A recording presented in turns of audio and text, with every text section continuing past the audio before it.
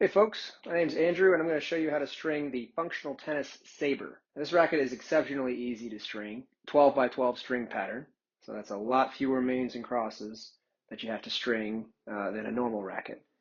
Now, one of the first things you'll need to do, regardless of the machine that you're using, is set up the mounting table for a much smaller head size.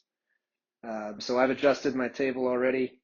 I've moved the posts closer together and pre-adjusted the 6-point mounting arms much closer together. One of the keys is to make sure that you don't set them too close together so that when you tighten it down, they mash against each other. So there's a little bit of a trick to that, but it's going to be unique to everybody's different stringing machine. The machine I'm using is an electric constant pull machine from Gamma. It's nothing special. It is constant pull and electric, so it's a little bit faster than a crank machine, but any machine will work with the Saber. The crank will work just fine. Same with an electric machine. Functional Tennis website does suggest using a badminton kit, but it says it's not mandatory, and I am not going to use it, and it will not damage the Saber in any way. So let me mount the racket first, and then we can move on.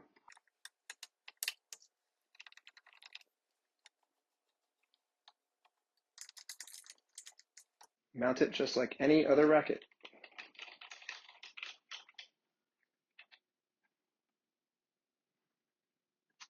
Okay, mount it up. Next step, we need to get the string. So I'm going to use some Babolat synthetic gut. According to the website, you need 5.5 meters. I'm just going to measure out 12 mains right here. I'm going to do this in a two-piece pattern. So I'm going to measure out and cut the main string, string that up, and then I'll get the crosses after that. 1, 2, 3, 4, 5, 6, 7, 8, 9, 10, 11, 12. Okay, I'll cut that. So there are 6 mains through the throat, and the mains start down in the throat. So I'll thread my first 2 mains.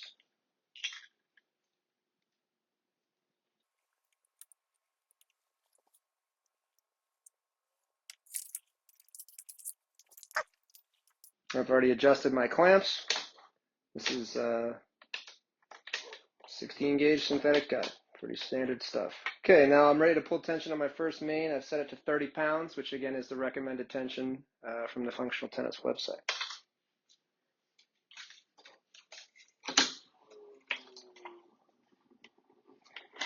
There's a lot of different ideas and methods out there for stringing rackets. What I don't want to do with this video is get into different techniques and the pros and cons of each. I just want to show you how simple and easy it is to string the Saber. So not worried about anyone's opinions or recommendations with respect to stringing technique on this video. So I'm just going to do the mains. I'm going to do maybe 3 on each side at first. So here's my third one. And I'll switch sides.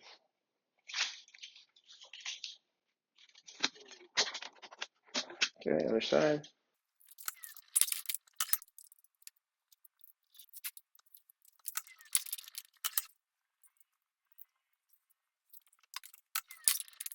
All right, there's 3 on this side. Let's go back to the other side.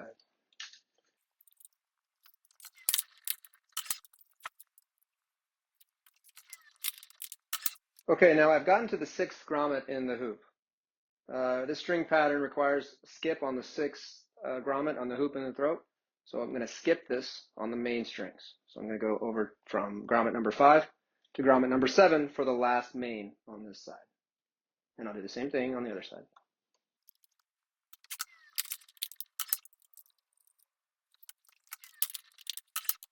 Okay, here's number 5. Skip 6, go to 7 for our last main. Then it'll be time to tie them off.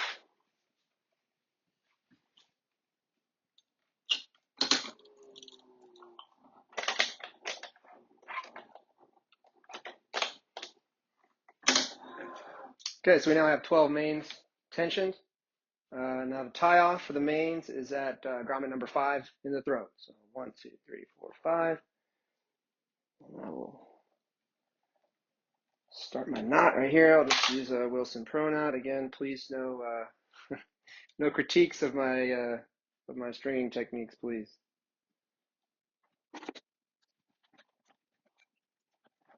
Get the mains off. Go get the other.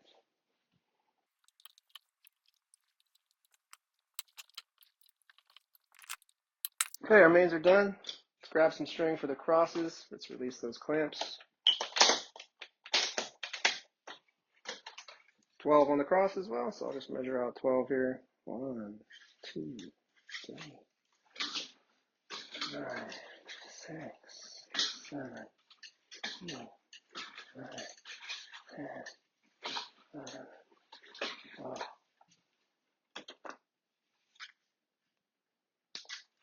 Okay. The crosses start at the grommet that we skipped in the mains, so that's number 6. So I'll start us off down here at grommet number 6, if I can find it. Ooh. There we go. Do your normal weave.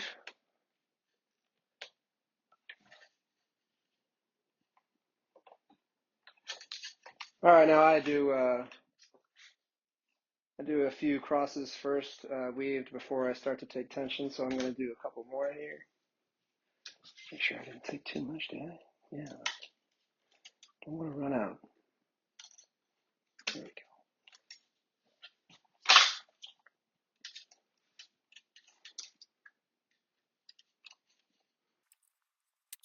Okay, I'm going to thread one more before I take tension.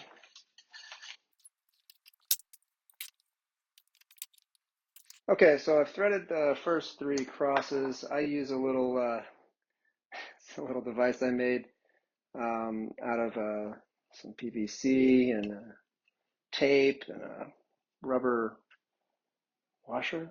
But it's just like a Parnell pad, or there's a couple other tools out there that just separate the clamp from the frame for your crosses like this, just to keep that stress of the clamp away from the frame, so that when you're done, this stressed part of the string gets thrown away instead of maybe included in your knot and cause your string maybe to break prematurely. All right, so I've got my clamp separated from my frame, and now I'm going to take 30 pounds of tension and clamp it.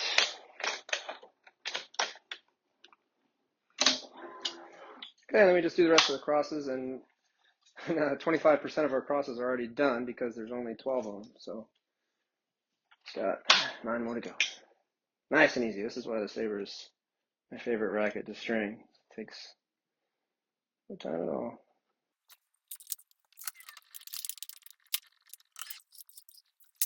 A little tight in here at places just because the head is small, so small spaces for your hands at times, but it's no problem.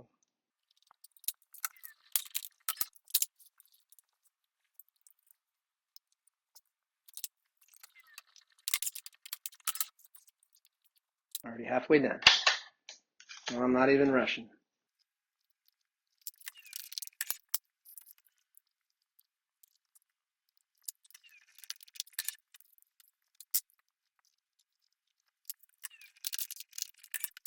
Okay, just a couple more.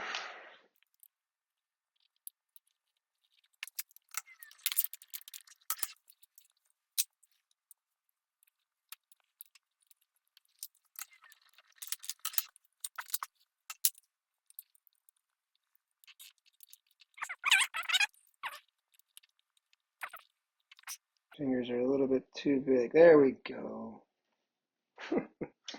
Okay. Take tension here, and then we'll take tension on the last one.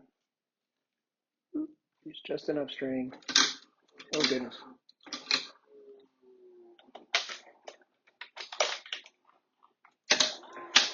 Okay.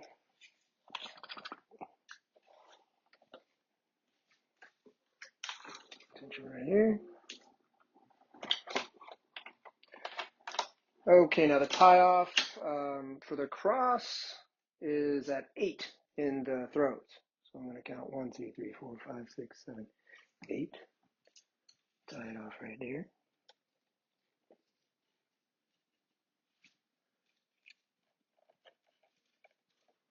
Actually, used a little bit too much string. No worries. It's just synthetic cut.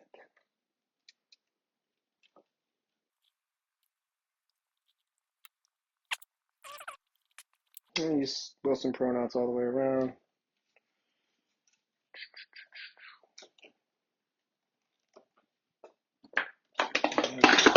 Get my other clamp.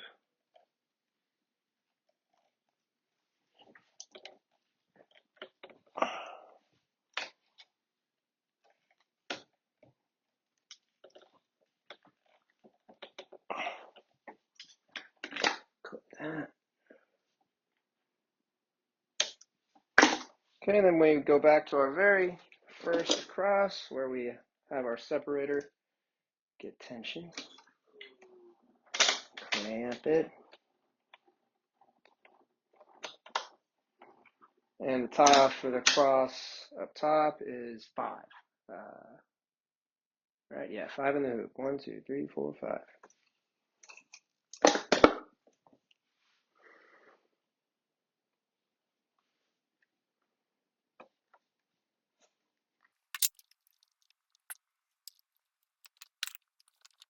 All right, folks, that's the end, really. I'll make this clip. Take her off the machine. Show you the nice pretty blue sin gut that I've used here, but I'm not sure how long that took. I was really not in a hurry whatsoever.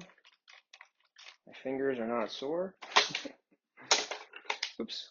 And we got a strung up saber, ready to go practice.